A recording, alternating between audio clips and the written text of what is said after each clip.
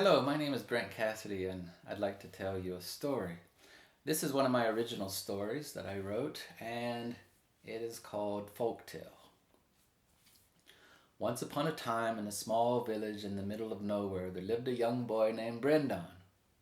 Now, Brendan was surrounded by wise men and storytellers, and he'd sit for hours each day listening to their stories as his imagination would run wide and far.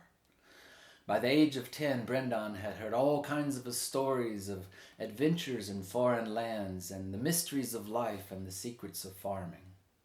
These stories shaped his imagination and his sense of adventure. And Brendan was surrounded by love. And each and every day, he would look forward to their stories and to their company. Time passed, as did most of the storytellers, and Brendan became a young man. He was brave and adventurous, and he had a passion for the sea. He lived his life musically, and he enjoyed ancient languages and cultures. He was friendly and well-liked and had many friends, but Brendan was still missing purpose in his life. Until one day, Brendan decided to set off and search for his own story. And the young man, with love in his heart, set off on his journey. He hadn't traveled far until he met an old warrior who was coming in the direction from where he just left. The old warrior seemed familiar, had a gentle nature, and reminded him of home. And then the old warrior greeted him and said, "Young man, I don't know where you're going in this world, but you'll never ever meet a stranger so long as you have kindness in your heart. And now I'm going to tell you a story about kindness. Many, many, many years ago, there lived an old woman named Aunt Mags, and she had the gift of a fire whisperer. And one day in our house, as I was lighting the fire, I severely burnt my arm. And immediately my mother said, "Now we're going to see Aunt Mags." Now Aunt Mags was a kind, gentle old woman who lived in a small shack by the edge of the forest. She was wise and intelligent to the ways of the world and with nature, and she had the gift of the fire whisperer. And upon arriving at Aunt Mag's, she was already waiting outside as if she knew that we were coming. She then turned to my mother and she said, "Now, you be on your way. I'll look after the boy. He's in good hands." And as we were going inside Aunt Mag's house, she turned and she asked me, "Son, are you a believer?" And I replied to Aunt Mags, "I don't know what I believe in."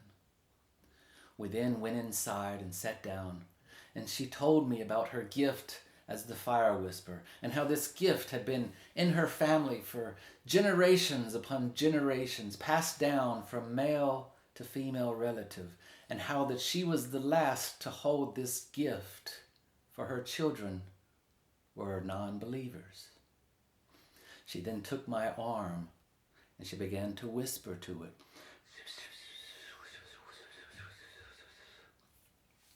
I couldn't make out what she was saying. It was like a chant, but I could feel her teeth and her breath against my arm.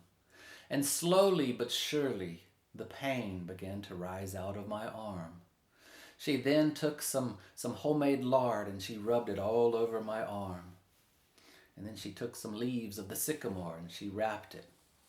And then she said to me, "Now, son, when these leaves fall off, only when these leaves fall off will your arm be better." Aunt Mags was the kindest soul that I ever met. And the next day, the leaves fell off and my arm was healed. The old warrior then turned to Brendan and he said, "Now, young man, be on your way and Godspeed." And the young man, with love in his heart, continued on. He traveled wide and far, and he became tired. And on a cold, stormy night, he arrived into a village in a glen by the sea. He went inside the only pub there for a rest and to dry up. "May I sit here?" asked Brendan to the only other patron of the pub, who happened to be an old man with silky white long hair and a silky white long beard. "Why, certainly," said the old man. The old man seemed familiar, had a gentle nature, and reminded him of home. And as Brendan sat down to warm up against the fire, he listened as the old man told him a story. "You see, young man, your descendants, your ancient relatives, come from the rural countryside here, where music and storytelling and laughter and singing was an everyday part of life.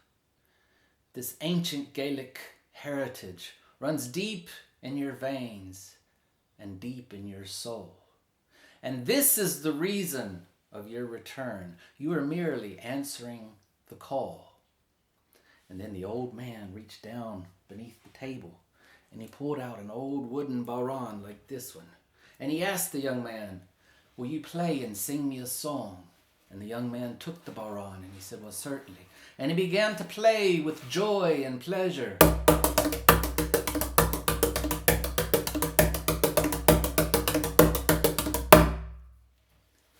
And then the old man turned to Brendan and he said, "Now, be on your way and Godspeed." And the young man with love in his heart continued on. He traveled wide and far and long, longer than he ever had before. And on a hot, sunny day, he arrived into a mountain village. Brendan was amazed with the beauty of the ancient stone houses and the cobblestone streets, and the view of the lush green countryside that went on forever. And then suddenly, out of nowhere, appeared an old man. And this old man seemed familiar, had a gentle nature, and reminded him of home. And then the old man spoke to Brendan and he says, "Hello, young man. Will you come inside my home for a rest and a sip of my magical wine?" And Brendan said, thank you, I'm very honored, but I really must be on my way." The old man gathered himself and then he said once again, "Please, just come inside for a moment, just to take a rest, just to have a sip of my magical wine." And then Brendan replied once again, "Thank you very much, it's a kind offer, but people are waiting on me and I really must be on my way." And then the old man then insisted and he said one more time, "Please, just for a moment, come inside for a glass of my magical wine. You deserve it." And then something magical happened with those three words. Brendan began to think, "Yes, you're right. I do deserve it." And he went inside to the man's home and he sat at his table and enjoyed a glass of the magical wine as the old man began to tell him, "You see, young man, in this part of the world, everybody takes time to rest, to replenish, to enjoy life, the adventures, the love, the music, the song, for these are things that we all deserve." And then the old man turned to Brendan and he said, "Now be on your way and Godspeed."